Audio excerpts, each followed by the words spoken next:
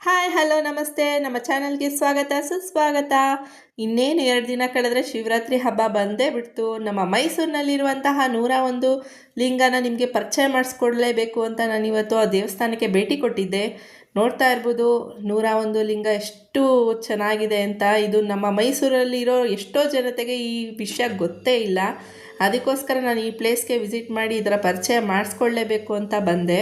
ನೋಡ್ತಾ ಇರ್ಬೋದು ಎಷ್ಟು ಪ್ರಶಾಂತವಾದ ಸ್ಥಳದಲ್ಲಿ ಈ ಪ್ಲೇಸ್ ಇದೆ ಅಂದರೆ ನನಗಂತೂ ಈ ಪ್ಲೇಸ್ ನೋಡಿದಾಗ ತುಂಬಾ ಇಷ್ಟ ಆಯಿತು. ಸುತ್ತ 101 ಲಿಂಗಗಳು, ಮಧ್ಯ ಮಧ್ಯ ನಂದಿಯನ್ನು ನಾವು ನೋಡ್ಬೋದು.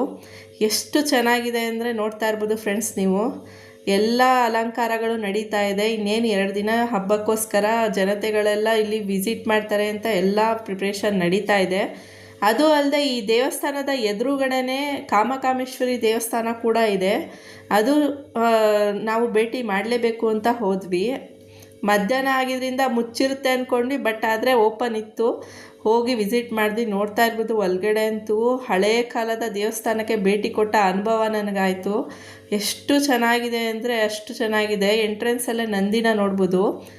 ಒಳಗಡೆ ಎಂಟ್ರೆನ್ಸ್ ಕೊಡ್ತಾ ಇದ್ದಂಗೆ ನಾವು ಯಾವುದೋ ಹಳೆ ಕಾಲದ ಶಿಲ್ಪಕಲೆ ಇರೋವಂಥ ಒಂದು ದೇವಸ್ಥಾನಕ್ಕೆ ಭೇಟಿ ಕೊಟ್ಟ ಅನುಭವ ಬರುತ್ತೆ.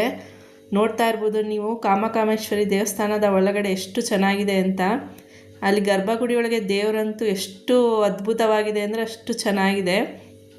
ನಾವು ದರ್ಶನವೆಲ್ಲ ಮುಗಿಸ್ಕೊಂಡು ನೋಡ್ತಾ ಇರ್ಬೋದು ಅಲ್ಲಿ ಹಬ್ಬಕ್ಕೋಸ್ಕರ ಎಲ್ಲ ಪ್ರಿಪ್ರೇಷನ್ ಮಾಡ್ತಾ ಇರೋದು. ದಯವಿಟ್ಟು ಎಲ್ಲರೂ ಮೈಸೂರಲ್ಲಿರೋರೆಲ್ಲ ಬಂದು ಆವತ್ತು ಶಿವನ ದರ್ಶನ ಮಾಡಿ ಶಿವನ ಕೃಪೆಗೆ ಪಾತ್ರರಾಗಿ ಅಂತ ಕೇಳ್ಕೊತಾ. ಅಂಟಿಲ್ ದೆನ್ ನನ್ನ ಚಾನಲ್ ನೋಡ್ತಿರೋರಿಗೆಲ್ಲ ಟೇಕ್ ಕೇರ್, ಬಾಯ್.